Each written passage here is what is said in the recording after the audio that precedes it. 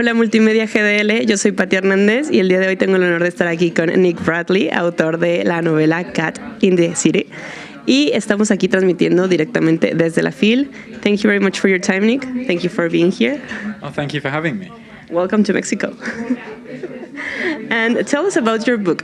For the people that don't know your book, can you explain it to them in like a very few words?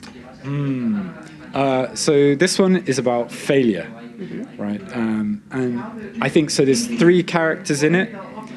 And the funny thing about this book is that because my first book was very complicated and set in a city, many characters, with this one I said, right, I'm going to write something very simple. Okay. And it didn't happen. And so now I have to explain it, and it's a bit complicated. But it's a book within a book. So there's two narrative layers. One is a character from my first book, Flo. She's an American translator, and she's living in Tokyo, and she's translated some literature. So she's started working as a literary translator, but she's feeling a bit lost in her life. She's having trouble in her relationship, and she can't find a new project to work on. But then one day she's riding the subway, and a drunk salaryman drops a book in Japanese. She picks it up, and then you, the reader, start to read the book within the book that she has translated. And because it's called Four Seasons in Japan, because the book within the book, which is called Sound of Water, is divided up into the four seasons. And then Flo, she translates each section in the corresponding season in her own life. So it kind of follows 1 year in the life of Flo, and then also two characters. So the book within the book is about a grandmother and a grandson who have not had a relationship before, but the grandson is trying to get into college. So he's failed his college entrance exams to study and be a doctor. And his mother, so he's a single parent. He's a single parent family. So his mother sends him down to stay with his grandmother. But that's his dad's mother, who he doesn't really know. So it's kind of like a fish out of water story about a guy from the city, from Tokyo, who gets sent to a small village in Hiroshima Prefecture, and that's where his dad grew up. But unfortunately, he never met his dad because his dad died by suicide when he was only 2 years old. And so he goes to the town kind of expecting to find his father, but what he ends up finding is his grandmother. And so the central story is about a grandmother and a grandson and their relationship. Okay. Yeah. And you seem to be very passionate about all this Tokyo theme, the Hiroshima thing. And where does this passion come from? After I finished at university, I did a master's degree, and I was going to do a PhD, and I decided because I wanted to be a writer, I decided I would maybe go away for a year. So I randomly just picked a country and went to Japan, but that 1 year turned into a decade. And so I ended up living and working in Japan. I didn't know any Japanese when I moved out there, but I learned Japanese, and I took some qualifications to become a translator. And so I ended up working for Japanese companies as a translator. So I lived and worked there for a long time. So it's a big part of me. So I guess that's where the interest or the love of Japan comes from, was my living there for a long time. Okay. Yeah. And you seem to try to mix a lot of elements in your writing. You try to make something is happening very vastly around it, but something inside. Each character has their own inside story. How do you manage to work with these two completely different elements at the same time and write a story about it? I'm not sure.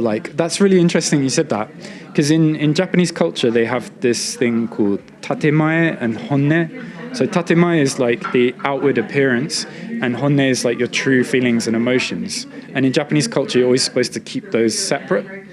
But I guess in writing, with Ayako and Kyo, the way I tried to do it with this novel was, so each section to begin with, is told from, say, the grandson's perspective. So you get to see how he views the world, and then the next section is told from the grandmother's perspective. So the idea was that you're seeing the world from his eyes and you're seeing the world from her eyes. But gradually, as that novel progresses, it becomes confused because the more and more they bond, the more and more the narratorial voice becomes kind of like both of them. Yeah. And some readers might notice this, but to begin with, Kyo is represented by a white circle, and Ayako is represented by a black circle. Like but this yin and yang, exactly. So eventually, their story becomes a mix of those two, as they kind of learn from each other. Yeah. Like it happens in real life, no? When you meet someone and you start like gaining some stuff about them. Exactly. That's very interesting. It's very interesting literature. Oh, thank you. Yeah. And if you can tell a message to all the young youth out there, what would you tell them that they can learn about your literature? Well, this book in particular, I think the message is, if you have a dream or something, just never give up. Even if people tell you, don't do this, it's not stable or whatever. I think sometimes you have to take risks in life, and like Kyo, the character in Four Seasons, he wants to be an illustrator. And I think his grandmother is the person who gives him strength to kind of believe in his dreams. So I think if there's something you want to do in life, of course, work hard, but don't give up. Yeah, I think too many times we kind of just accept that we can't achieve our dreams in life. But really, like, if you take action, if you do what you can, then usually you will get somewhere in life. I think, yeah. And what would you tell the people that they are like in this moment of decision about their life, about moving somewhere else, to leave your comfort space about your country and moving somewhere else to start a totally different life? I mean, I would just say, well, enjoy it, like have fun. Like it's a wonderful thing to see the world and to see different perspectives. I'm a bit sad because I think when I was young, I moved to Japan and I saw a different world and all that. And now I feel like I'm getting older and I'm like a tree just putting down roots and I'm not going to leave. And so I think enjoy youth and don't be afraid of making mistakes because you learn so much from your mistakes. A lot of people ask about writing and research. And I think just living is research. A lot of people think that you have to like study really hard and learn a lot of facts and things like that. But I think, no, if you want to be a writer, if it's like, have you ever had your heart broken? Have you ever broken someone's heart? Have you ever been in an argument? I think all of that negativity in life, you can learn from it and you can turn those negative emotions, those negative experiences, you can turn them into positive things. And I think that's what the wonderful thing about art and creativity is that it provides an outlet to create from negative. Yeah. That's really interesting and very beautiful. It's a beautiful talk. Thank you very much. And lastly, if we can recall your first novel, the one that Cat in the City, you follow all this narrative according to the cat being in different situations, presenting different stories at the same time.